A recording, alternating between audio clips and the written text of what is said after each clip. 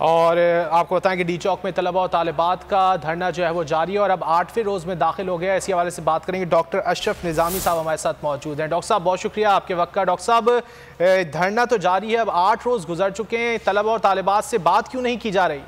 Doctor صاحب یہ بتائیے گا کہ طلبہ اور طالبات سے کوئی بات چیت ہوئی آپ کی؟ اب 8 روز ہو چکے ہیں اس احتجاج کو۔ دیکھیں جی، ہم روزانہ اور ڈیلی بنیادوں کے اوپر یقیناً ہم ان کے ساتھ رابطے میں ہیں اور ہم ان کی جو بھی جدوجہد چل رہی ہے اس کا ڈے 1 سے اس کا حصہ ہے۔ جب سے یہ پی ایم سی ایک غیر قانونی اور میں سمجھتا ہوں کہ ڈکٹیٹرشپ قانون کے تحت جو یہ نافذ کی گئی ہے، اس دن سے ایز پاکستان میڈیکل ایسوسی ایشن تو اس کے خلاف ہے۔ جو ایک پی ایم سی جس کو Pakistan medical and dental council تھے، if I call it as a regulatory body, جو بھی کوئی ریگولیٹری باڈی ہے اس کا تشخص ایک اٹونومس باڈی کے تحت ہونا چاہیے اور دنیا کے اندر ایسی ہے because the regulatory bodies has to have a autonomous status۔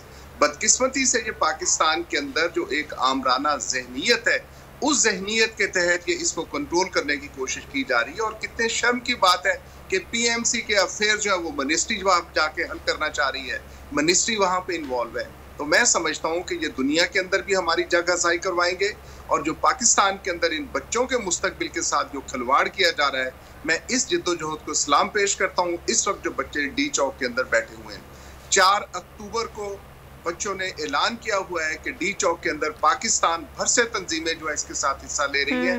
Pakistan medical ایسوسی ایشن اس میں پیش ہے اور ہر طرح کی، نہ صرف یہ کہ ہم صرف مطلب ایک بیانات کی حد تک ان کے ساتھ ہیں، بلکہ پریکٹیکلی ان کی فارمیشن کے اندر اور اس جدوجہد کے ساتھ، because they are not only the future, they are the present. یہ ہمارا حال ہے آج پاکستان کے اندر، جو میں سمجھتا ہوں کہ یہ بچے جو آج ڈی چوک کے اوپر بیٹھے ہوئے ہیں اور حکومت کو خدا را کوئی خوف کرنا چاہیے اس بددیانتی۔ اچھا سر، ہم دیکھ رہے ہیں کہ پچھلے 8 روز سے یہ جو طلبہ ہیں وہ احتجاج پر ہیں، لیکن ابھی تک کوئی سنوائی نہیں ہوئی ہے۔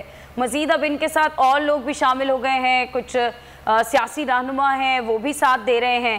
اگر صورتحال ایسی ہی رہتی ہے، کوئی ان سے مذاکرات نہیں کرتا، بات نہیں ہوتی، تو کیا اگلا لاہ عمل ہوگا؟ مزید ہم صورتحال بگڑتی دیکھ رہے ہیں آگے؟ دیکھیں، یہ بگڑتی نہیں ہے، یہ صورتحال بہتر ہو رہی ہے۔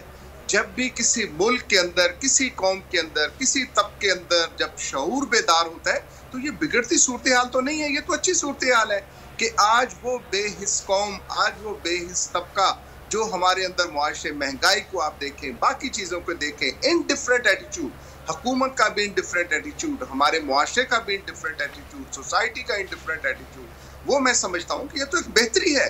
یہ جو چیز سامنے آ رہی ہے، بچوں نے جو اپنا ایجیٹیشن کا راستہ، میں سمجھتا ہوں قطعی طور پہ نہیں ہے، it is a simple protest. Agitation تو ہوتا ہے جب پولیس ان کے اوپر تشدد کر رہی تھی اور آگے سے بچے بھی ویسے ہی مطلب اقدامات کرتے، تو پھر ہم سمجھتے کہ یہ پرتشدد ہے۔ بچوں نے تو کچھ نہیں کیا، ان بچیوں نے تو کچھ نہیں کہا۔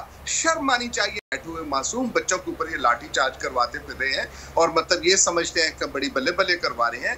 یہ کرپٹ مافیا جو اس وقت موجود ہے، اور مجھے کہنے دیجئے گا کہ اگر حکومت اس کو نہیں روکتی تو اس کا مطلب ہے حکومت بشمول پرائم منسٹر آف پاکستان اس کے اندر شامل ہے۔ خدارہ اس کو روکنا ہوگا اور یہ جو پی ایم سی کھلواڑ کرنے جا رہی ہے میڈیکل ایجوکیشن کے ساتھ، اس کو روکنا ہوگا تاکہ مستقبل اور حال ہمارا جو ہے وہ بہتر طریقے سے۔ ٹھیک ہے سر، ڈاکٹر اشرف نظامی صاحب بہت شکریہ۔ سبسکرائب کریں اور بیل دبائیں تاکہ کوئی خبر رہ نہ جائے۔